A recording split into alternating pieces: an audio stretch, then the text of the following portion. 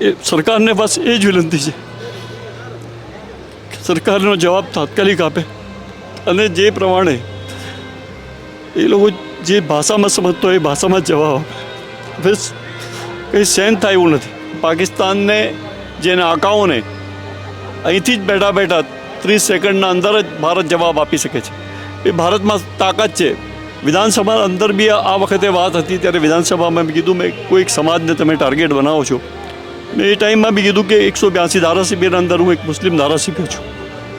મને પણ મારી વાત કરવાનો મોકો.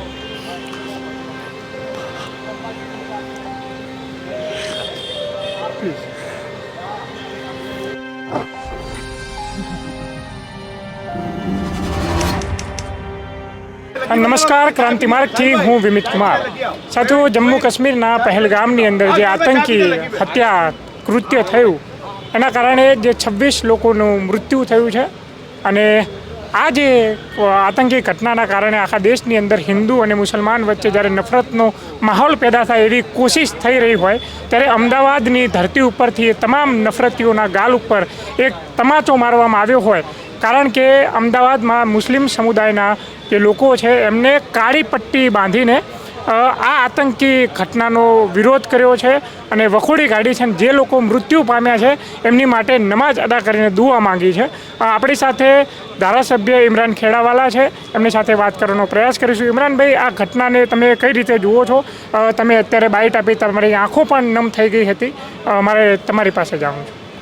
मज़हब नहीं सिखाता आपस में बैर रखना, हिंदी वतन है हम, हिंदुस्तान हमारा.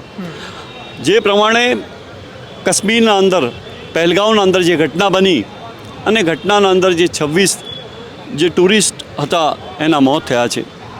આજે દેશના 140 કરોડ લોકો આજે દુઃખી છે કે ભારત દેશના અંદર જ્યારે આવી ઘટના બનતી હોય છે ત્યારે હું સમજું છું કે દેશના અંદર આવી ઘટના બનતી હોય ત્યારે દેશના પ્રધાનમંત્રીને કહેવા માગું છું, જ્યારે સર્વદળીય બેઠક હતી ત્યારે તમામ ઇન્ડિયા ગઠબંધન અને અમારા નેતા રાહુલજી પણ ત્યાં મોજૂદ હતા. વાત એ જ છે કે જે આતંકવાદીઓ છે તેને આતંકવાદી જે પ્રમાણે જવાબ છે એ પ્રમાણે જ જવાબ આપવો જોઈએ. હવે આપણે પત્ર વ્યવહાર કે ટેલિફોનથી વાત કરવાની જરૂર નથી એમના સાથે. એ લોકોને જે પ્રમાણે જે કૃત્ય કર્યું છે એ કોઈ દિવસ માફ થાય તેમ નથી. જ્યારે આવી આતંકવાદી ઘટનાઓ બનતી હોય છે ત્યારે આપણે કાર્યક્રમો કરતા હોઈએ છીએ, પરંતુ મને દુઃખ છે આજે પણ કે જે 26 લોકોના મોત થયા છે એને હું આજે પણ મારા પાસે કોઈ શબ્દ નથી એમના માટે કે એમના પરિવાર પર જે મુસીબત જે તકલીફો આવી હશે એ કેટલી ગંભીર હશે. મારે એ સરકારને બસ એ જ વિનંતી છે કે સરકારનો જવાબ તાત્કાલિક આપે અને જે પ્રમાણે એ લોકો જે ભાષામાં સમજતો હોય એ ભાષામાં જ જવાબ આપે. બસ કંઈ સહન થાય એવું નથી. તમે આટલા ભાવુક થઈ ગયા છો પણ ક્યાંય ને ક્યાંય તેમ છતાંય દેશની અંદર હિન્દુ મુસલમાન આવી ઘટનાઓ પછી કરવામાં આવે છે.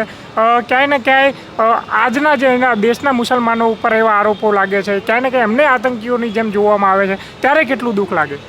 એ દુઃખ બહુ થાય છે. જ્યારે વિધાનસભા અંદર બી આ વખતે વાત હતી ત્યારે વિધાનસભામાં મેં કીધું મેં કોઈક સમાજને તમે ટાર્ગેટ બનાવો છો. મેં એ ટાઈમમાં બી કીધું કે 182 ધારાસભ્યના અંદર હું એક મુસ્લિમ ધારાસભ્ય છું. મને પણ મારી વાત કરવાનો મોકો.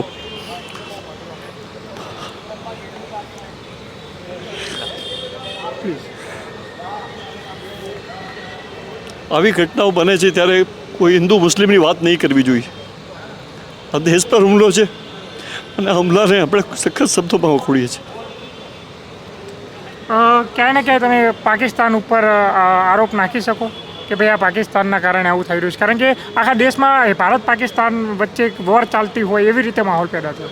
હું સમજું છું કે સરકાર પાસે એટલી મોટી સેના છે અને જે પાડોશી દેશ અવારનવાર આવી હરકતો કરતો જ હોય છે ત્યારે હું સમજું છું કે પાકિસ્તાનને જે નાકાઓને અહીંથી જ બેઠા બેઠા 30 સેકન્ડના અંદર જ ભારત જવાબ આપી શકે છે.